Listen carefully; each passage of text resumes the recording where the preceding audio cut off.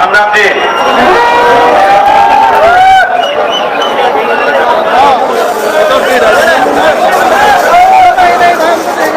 बहुत बड़ी तादाद में अरे दिनू भाई, अरे भाई साहब क्या कर रहे हैं यार? यहाँ आए, क्या कर रहे हैं यार? सारे काम छोड़ के आज यहाँ आप आए हो और कई दिन से धरना संचालित भी चल रहा है। मैं समिति को भी, क्षेत्र के सभी किसानों से की तरफ से धन्यवाद देता हूँ कि आपने इस हो रहे अन्याय के खिलाफ लड़ाई लड़ी है, यहाँ तक बात पहुंचाई। मैं आपको भी सबको बधाई देता हूं कि आपने यहाँ आकर अपने ताकत का प्रदर्शन किया है। ये सरकार को सचेत हो जाना चाहिए। प्रशासन के लोग यहाँ बैठे हैं, सरकार को सारी बात मालूम और हल भी सरकार के पास ही है। ये बात अलग है, ये निजी मिल है, इनकी भी खूब कमियां हैं, उजागर हुई हैं, किसानों को बात मालूम है। और मैं आपका गन्ना भी देखता हुआ आ रहा था, इतना लंबा लंबा गांडा आपका खेतों में खड़ा है। मैं सोच रहा था क्या कारण है, कौन रस पी गया इनका कि शामली में कोई अलग कोई किस्म आ गई कि चीनी नहीं निकलती। बताओ, अभी 38 हो रहे हो क्या? रोग भी लग गया उसमें, लग रहा है रोग। तो किसान तो नुकसान भी सहन कर रहे हैं। ये किसान के ट्रैक्टर देखकर सोचते हैं कि किसान बहुत तरक्की कर रहा है। मोदी जी भाषण देते हैं कि 5 ट्रिलियन इकोनॉमी हो जाएगी। कल बोल रहे थे, कह रहे थे कि मैं अपने तीसरे कार्यकाल में इस देश की अर्थव्यवस्था को नंबर 1 पहुंचा दूंगा। सबसे पहले तो तीसरे कार्यकाल का फैसला कर लिया क्या आपने? अभी तीसरा कार्यकाल मिल रहा है क्या मोदी जी को? शामिल ने तो पत्ता साफ ही कर दिया पिछले चुनाव में 3-3-0।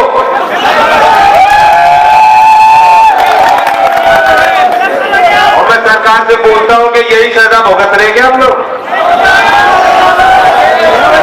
यही कारण है कि यहाँ का गन्ना सूखा निकल रहा है, चीनी नहीं निकल रही गन्ने से। 338 करोड़ बकाया है एक जिले का, 338 करोड़ बकाया हमारे जिले का है और पिछले साल का है। लखनऊ में जब प्रेस वार्ता होती है और सरकार की कोई तारीख होती है जो सरकार मनाना चाहती है, तो सारे पत्रकारों को बुलाकर सरकार दावा करती है कि 14 दिन में भुगतान हम कर रहे हैं। रिकॉर्ड तोड़ दिए साहब, भ्रष्टाचार खत्म, गुंडागर्दी खत्म, लॉ एंड ऑर्डर है, योगी जी का बुलडोजर काम है। और किसानों के साथ ऐसा काम हो रहा है जो कभी आजाद हुआ देश उसके बाद से ऐसा तरक्की किसानों ने नहीं देखी, वो इनके शासनकाल में हो रही है। ये बात गले से नहीं उतर रही। जो कोई प्रमाण मानता है, ये सारे प्रमाण कितने सर यहाँ बैठे हैं, जितने लोग कह रहे हैं यहाँ कि हमें भुगतान हमें समय पे 14 दिन पे चाहिए, क्यों कह रहे हैं? ये झूठे है क्या? ये किसान नहीं है तो यहाँ है यार। 14 दिन में हो रहा क्या भुगतान? शामली जिले के किसान बताओ। और जो समय पे भुगतान नहीं हो रहा, तब क्या हक है आपका? बताओ। तो 14 दिन में भुगतान नहीं होता तो किसान का हक क्या बने? ब्याज। जोर से बोलो, ब्याज।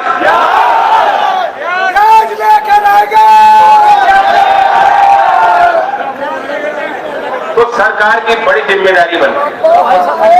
और कल्पना करो,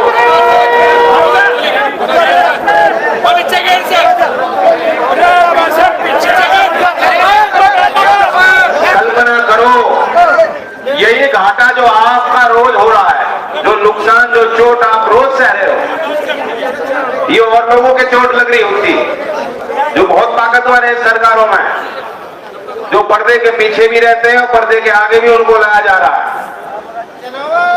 अडानी पोर्ट घाटे में चल रहा था, ऑस्ट्रेलिया में जो करार करके आए थे वो घाटे में था। मोदी जी जून में गए अमेरिका और क्या गुफ्तगू उन्होंने वहां करी मैं नहीं जानता। और कल ही अमेरिका की सरकार ने घोषित कर दिया कि वो जो घाटे में अदानी पोर्ट का ऑस्ट्रेलिया में पोर्ट था वो अमेरिका खरीद लेगी और पैसा उनको दे दें। तो जो टिकैत साहब ने कहा भाई बेच लो, खरीद फरोख्त कर लो, जब नहीं चल रही तुमसे मिले, ये भी उपाय है। तो ये अदानी की बात होती तो कितना समय लगता? 2 मिनट नहीं लगती। ये कोई सरकार है, गेहूं पे निर्यात पे प्रतिबंध लगाने तो रातों रात लग जाते हैं। धान पे प्रतिबंध लगाने निर्यात नहीं होगा, क्यों? महंगाई हो जाएगी, 2 दिन नहीं लगते। प्याज के निर्यात पे प्रतिबंध लगाने हैं तो एकदम घंटों में हो जाता है। आलू के निर्यात पर प्रतिबंध इस सरकार ने लगाए, पहले लगे हो ना लगे उस सरकार ने लगाए। इन सारे तमाम फैसलों का नुकसान किसी पूंजीपति को नहीं है, किसी मोटे व्यापारी को नहीं है, सीधा सीधा नुकसान किसान को होता है इन फैसलों से। किसान के हित का जब सवाल आता है तो सरकार फैसले क्यों नहीं ले सकती? यहां बड़े अधिकारी बैठे हुए हैं, क्यों नहीं लखनऊ बात करते? ये जितने लोग हैं बस समिति कोशिश कर रही है इनको नियंत्रित करने की। रोज लोग आते हैं, रोज शिकायत करते हैं। मैं सुन रहा था अभी चौधरी साहब कह रहे थे, पूछ रहे थे किस बात को राजी हो बताओ। एक स्वर में किसानों ने खड़े होकर कह दिया 14 दिन में भुगतान हो, पुराना भुगतान आज ही हो। यही बात लोगों ने कही है। तो जो यहां नेतृत्व कर रहे हैं, धरने को 3 महीने से लगातार चला रहे हैं, उनके पास क्या बात है जिस बात को लेकर किसान के बीच रखेंगे और किसान मान जाएंगे? और वो क्यों विश्वास करें और किन में विश्वास करें? यही तो काम प्रशासन का होता है। यहां मौजूद अधिकारियों को इस पर गंभीरता से सोचना चाहिए, लखनऊ वार्ता करनी चाहिए, हल्के में ना लें इस बात को। सारे हल आपके सामने हैं। वहां योगी जी चाहेंगे तो हो जाएगा, यहां डीएम चाहेंगे तो हो जाएगा, और मिल के मालिक चाहेंगे तो हो जाएगा। हम लोग जितने हैं, जो मंच पे आज मैं बोल रहा हूं, हम लोग किसान के हैं। पूरी तरह किसान की जो लड़ाई है और किसान जो चाहता है हम लोग वही करेंगे और वही कहेंगे और कोई दावे की बात नहीं। आज अगर बाबा टिकैत होते और चौधरी अजीत सिंह जी होते और हमारी राजनीति किसानों की मजबूत होती, मतलब सरकारें हमारी होती, तो ये नौबत नहीं आनी थी।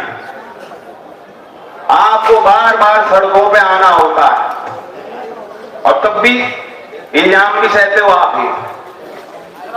700 से ज्यादा किसान शहीद हुए और 13 महीने वो लगातार किसानों को कहते रहे कि ये तो आतंकवादी है, दिल्ली में ना घुसने पाए, खालिस्तानी है, ये किसान है ही नहीं। तरह तरह की बातें जो लोग कह रहे थे, आज सत्ता में बैठे हैं वो लोग।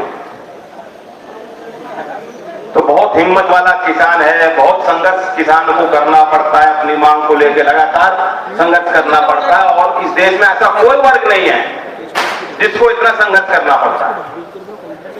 सरकारी कर्मचारी हैं, उनका वेतन तो महंगाई के साथ साथ डियरनेस अलाउंस लगातार उनको उनकी बढ़ती रहती है, उनको मिलता रहता है। कभी कभार कोई एक आंदोलन होता है, 2-3 दिन की बात होती है, मांग उनकी सरकार मान लेती है। और किसान ही है जो आपका कानूनी हक है, उसके लिए भी आपको महीनों तक सड़क पे बैठना पड़ेगा।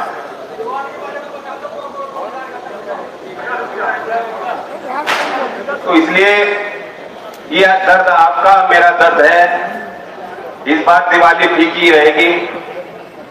मेरे पास अभी कोई ठोस उपाय नहीं कि मैं आपको यहां पेश करूं।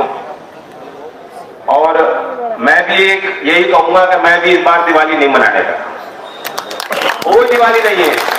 जब तक किसानों का भुगतान नहीं समय पे होता तो कोई हमारे घर में कोई रौनक नहीं, कोई खुशी नहीं। ये सरकार इस बात को सोचे। चुनाव करीब आ रहे हैं। हरियाणा की सरकार खट्टर जी की रोज मैं आलोचना करता हूं, रोज करता हूं, जो वहां लोगों को आपस में उन्होंने लड़वाया भिड़वाया अपनी छोटी राजनीति के लिए। इससे पहले हरियाणा की राजनीति में कभी जाट गैर जाट की बात हमने नहीं सुनी, इस बार हमने सुनी है, देखिए होते हुए झगड़ा करवाया इन्होंने, इसलिए मैं रोज उनकी आलोचना करता था। लेकिन हमारे योगी बाबा से तो बेहतर निकले, 386 घोषित कर दिया, 380 तो पंजाब पिछले साल दे रही थी और अगले साल का भी घोषित कर चुके, 400 रुपए अगले साल का घोषित हो गया। आज हमारे यहां मिल चालू है,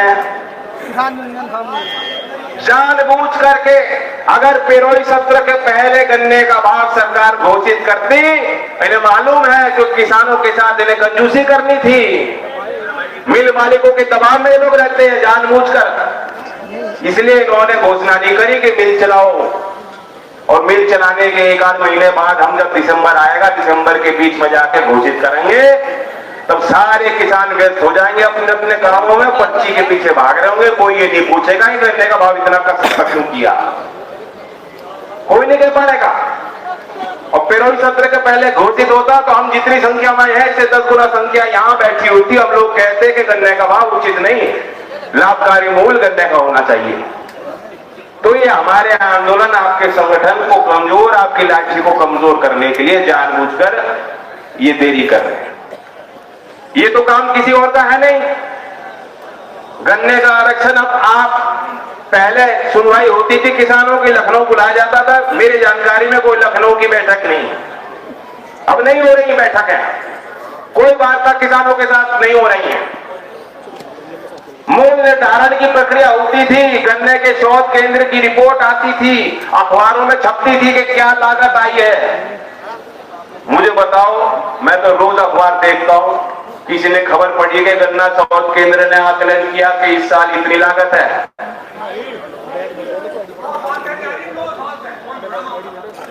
तो ये जब हिसाब किताब लेखा जोखा सरकार देना ही नहीं चाह रही, तो मूल निर्धारण की प्रक्रिया क्या है, पहले तो यही मेरे समझ में नहीं आती। ये दावा करें कि किसान की लागत में 50% मुनाफा देने के लिए मोदी जी ने प्रण कर रखा है।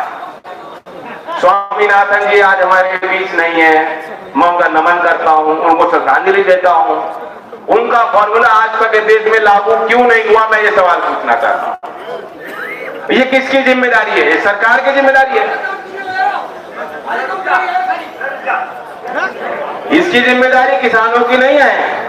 मूल निर्धारण, क्षेत्र आरक्षण, 14 दिन में भुगतान होना ना होना, कानूनी तौर पे सरकार की दखल और सरकार का निर्णय सब पे लागू होगा। भाई एक कमी जरूर है, जो टिकैत साहब कह रहे थे कि एक समाधान ये भी है, 1971 का कानून था शुगर अंडरटेकिंग एक्ट। क्या जल्दबाजी थी, केंद्र में सरकार बनते ही मोदी जी ने पहला काम यह किया कि कानून बेकार है, इसकी आवश्यकता नहीं, कानून खत्म करो। और वो कानून क्या था? कानून में प्रावधान ये था कि अगर राज्य की सरकार चाहती और अगर कोई मिल समय पे किसान का भुगतान नहीं कर रही, तो उसका अधिग्रहण भी सरकार किसानों के हित को देखते हुए कर सकती थी। अब मुझे बताओ, ये कानून किसने हटवाया? बताओ क्यों हटवाया? ये आपके फायदे का है, नुकसान का? आज अगर ये दबाव होता सरकार पर, अभी तक आरसी भी नहीं जारी कर पाई सरकार। आरसी जारी हुई है क्या बताइए? कोई रिकवरी नहीं। कान खोल के सुन ले, यहाँ अधिकारी मौजूद हैं। जब तक इस जिले के किसानों का भुगतान नहीं होता, यहाँ धरने का फैसला भी समिति लेगी, उनके फैसले के साथ है। और दूसरी बात, आप समय पे भुगतान किसानों का नहीं कर रहे, कोई उम्मीद मत रखो कि बिजली का बिल हो या कोई रिकवरी आप किसान के घर से कर पाओगे। बिजली का बिल किसान देने का बोझ नहीं, किसान नहीं दे सकता। अमित शाह जी ने घोषणा की थी, याद है कि नहीं, कि हमारी सरकार बनवाओगे, फ्री बिजली किसानों को देंगे। किसान के बिजली के बिल आ रहे हैं कि नहीं आ रहे हैं? सारे पत्रकार देख लो, आ रहे नहीं? हाथ वहां कैमरा लगाओ। और जो गन्ने का पेमेंट नहीं मिल रहा तो बिल कहां से दोगे बताओ? पहले कुर्की उद्योगपति की होगी। सारे टीटी हो रहा तो फॉरेंसिक जांच कराइए, इनके खातों को खुलवाइए, एक एक लाइन एंट्री को देखिए कहां इन्होंने गबन किया है। ये भ्रष्टाचार अगर इन्होंने किया है तो इसकी सख्त से सख्त सजा इनको मिलनी चाहिए और हम आपके साथ हैं। जितने अधिकारी हैं, आपके हाथ में कलम है और इनके हाथ में लठ है, इस काम में देरी ना कीजिए, लखनऊ को सीधा बात कीजिए।